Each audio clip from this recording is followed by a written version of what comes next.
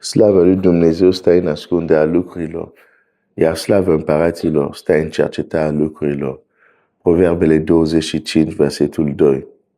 Dumnezeu să te binecuvinteze. Azi dimineața vreau să citesc un text în o carte care îmi place foarte mult, Cartea Împăraților, primul capitol. Și vedem acolo, sigur, o întâmplare care o știi, dar la care aș vrea să ne uităm, având în vedere ceea ce încerc să transmit în aceste zile. Și anume, nu primim Duhul lui Dumnezeu, nu primim Dumnezeu în noi. Nu putem să zicem că, uite, suntem ucenicii lui Iisus Hristos și nu avem fapte care fac oameni să se întrebe cine a făcut asta.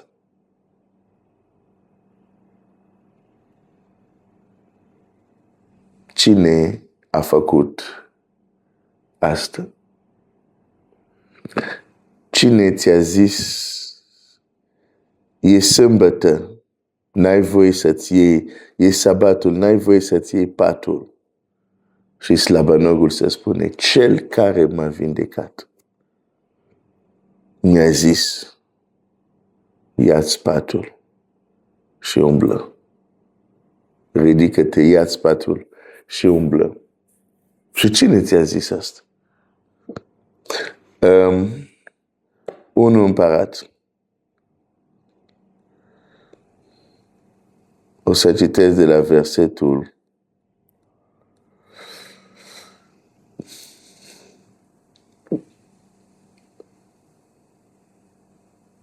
de la versetul 5.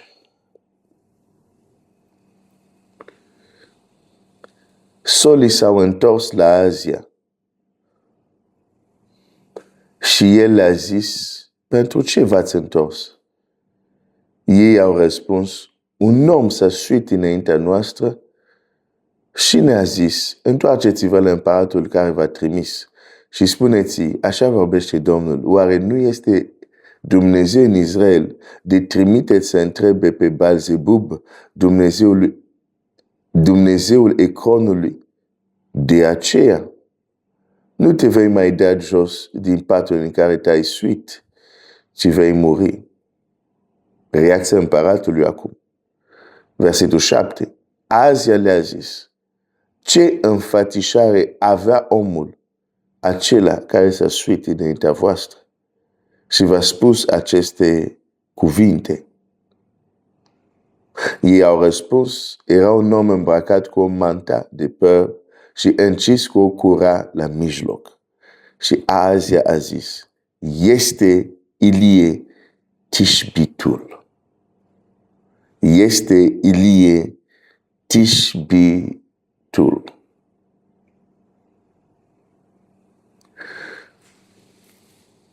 Într-o împărăție, împăratul, când a trimis acei sol, mesager, să se ducă să întrebe la Dumnezeu Ecronului și vine Ilie la ei și le zice, nu, întoarceți-vă, așa zice Domnul. Ilie nici nu se prezintă. Ei se întorc, vorbesc cu împărat, dar când vorbesc cu împărat, uite, a venit un om, ne-a zis asta, de ce v-ați întors acum? Pe un om ne-a zis, întoarceți-vă. Și imediat împăratul are un suspect. Imediat împăratul se gândește în împărație. Cine are îndrăzneală să facă asta? Adică eu împărat îi trimit și el vine și vă trimite înapoi înainte să ajungeți la destinație. Cine? Care e omul care are îndrăzneală să facă asta? Cine are această îndrăzneală? În această dimineață aș vrea să-ți vorbesc despre îndrăzneală.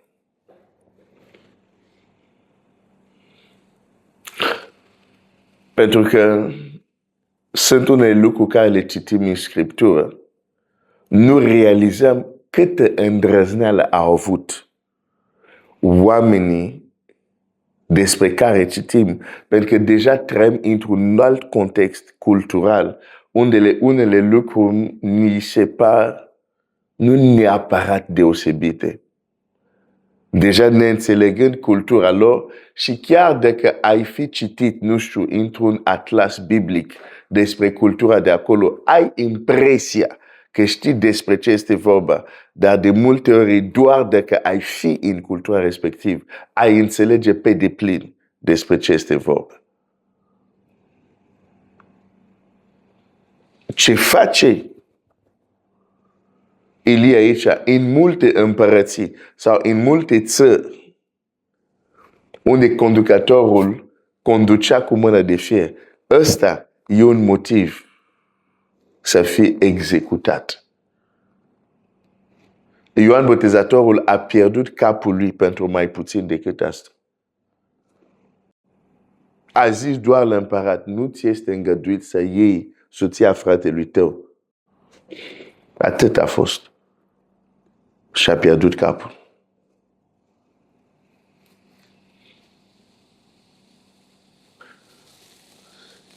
Și când îi se spune, e cel cu era îmbrăcat așa, automat împăratul știe, zice, este Ilie Tișbitul. Fratele meu, sora mea, ți-ai pus vreodată această întrebare?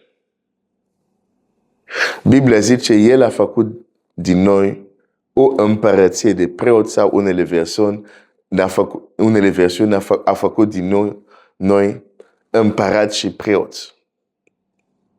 Sunt mai mulți împărați. Dumnezeu, Domnul nostru, este împăratul împăraților. Nu există împăratul împăraților dacă nu există împărați. Biblia zice, ei vor domni în Iisus Hristos.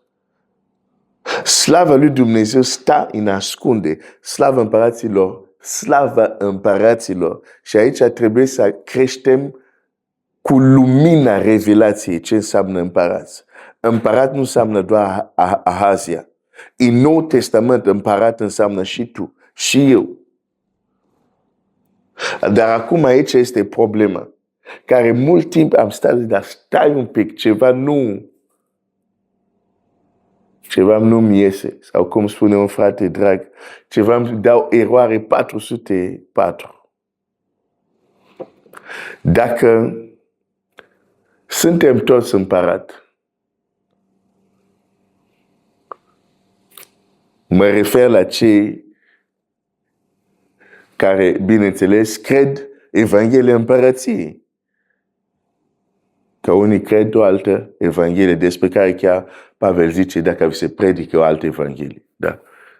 Dar dacă credem Evanghelia de care Ioan Botezatorul a predicat, care Domnul Iisus a zis, pocăiți-vă căci împărăție este aproape, dar dacă credem în ceea ce Domnul Iisus a spus și ceea ce au spus proroci, dacă suntem împărați, peste cine o să împărățim?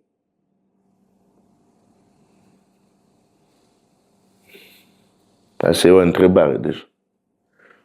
Și cred că putem discuta mult despre asta. Dar e un aspect vreau să ating. Este următorul. Și e pentru a te încuraja. Și te va încuraja dacă înțelegi acest concept. La fel cum în Vechiul Testament putea să existe mai mulți împărați simultan. La fel, cei care vom domni cu Domnul Iisus, dacă ascultăm de El și dacă credem ce a zis. Că Pavel zice, dacă nu rețineți Evanghelia, cum v-am propovăduit, degeaba ați crezut. Deci nu ce este diluat, dar ce este autentic. Da? Bun.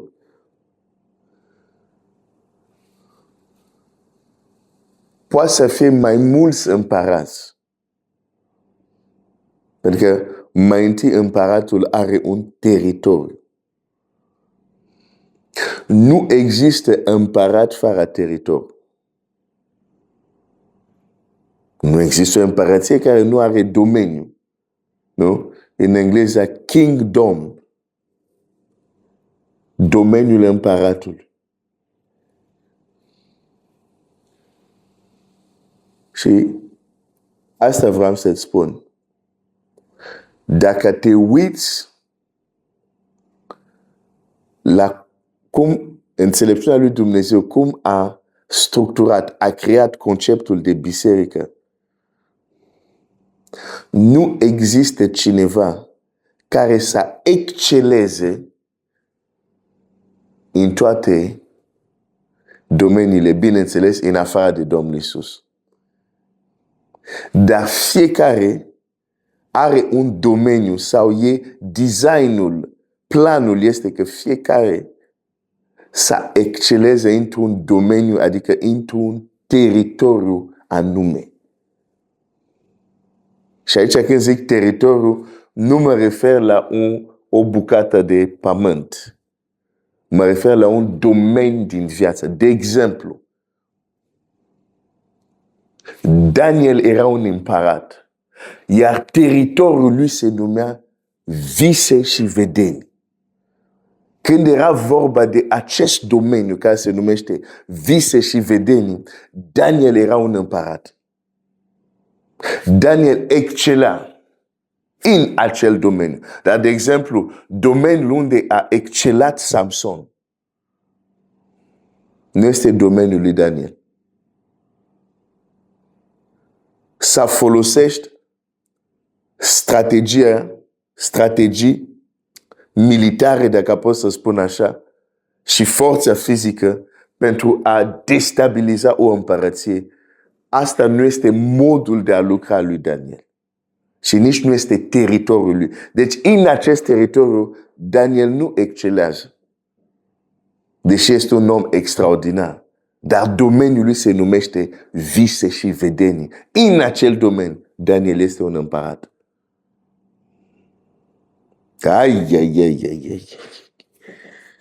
Ei, înțeleptul Salomon a văzut de mult.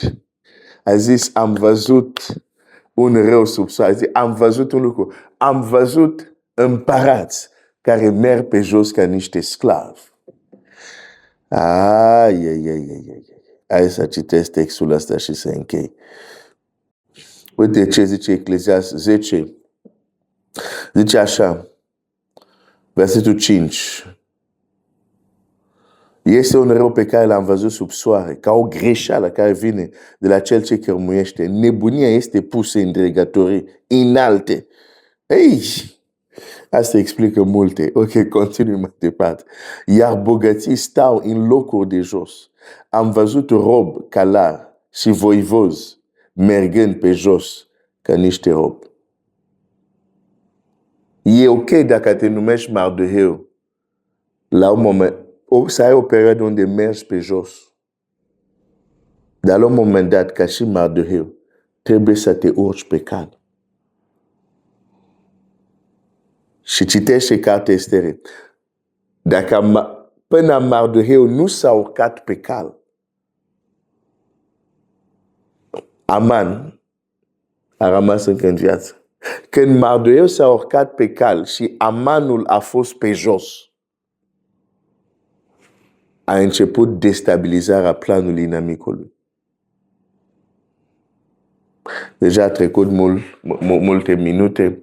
Ți-am dat un bonus de 4 minute. Dumnezeu să te binecuvinteze. Nu uita. Există un teritoriu, există un domeniu unde Dumnezeu te-a chemat să fii deosebit, unde Dumnezeu te-a chemat să faci lucruri care oamenii o să întrebe, dar cine a făcut lucrul acesta? Dumnezeu să te binecuvinteze.